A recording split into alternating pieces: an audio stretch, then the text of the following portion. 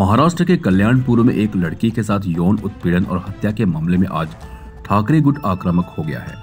कार्यकर्ताओं ने मुख्यमंत्री देवेंद्र फडणवीस के खिलाफ नारे लगाते हुए कहा कि इलाके में शराब के अड्डों को नष्ट किया जाए, जो ऐसे लड़कियों के साथ दुष्कर्म करते वक्त उनके खिलाफ कठोर कार्रवाई की मांग ठाकरे गुट ने की है। आरोपियों को मनोरोगी प्रमाण पत्र दिए जाते हैं, इसकी जांच की जाए, ऐसा पुलिस का ज्ञापन दिया गया है। अनेक गुन्हेगार कल्याण नाही त्याची देखील चर्चा आज पोलिसांची झालेली आहे।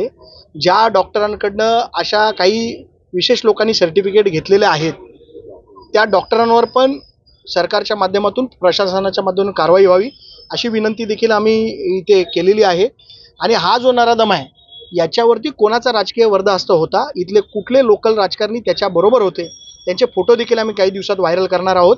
आणि माझी प्रशासनाला एवढीच विनंती आहे की या दुर्दैवी बालिकेचा जो मृत्यू झालेला आहे, आपण प्रत्येक गोष्ट घटना घडल्यानंतर शासनाकडनं मदत आर्थिक मदत या परिवाराला दिली जाते, पण या परिवाराला अजूनपर्यंत कुठली आर्थिक मदत दिली गेलेली नाही।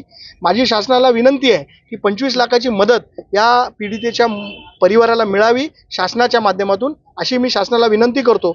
आणि पोलिसांनी इन कॅमेरा हे सगळे जे साक्षीदार आहेत त्यांचा साक्षी जी आहे ती इन कॅमेरा जस्टिसच्या समोर घ्यावी अशी विनंती। CEN न्यूज, देश प्रदेश की ताजा तरीन खबरों के लिए CEN न्यूज को सब्सक्राइब करें और रहें पल पल की खबर से हर पल बाखबर।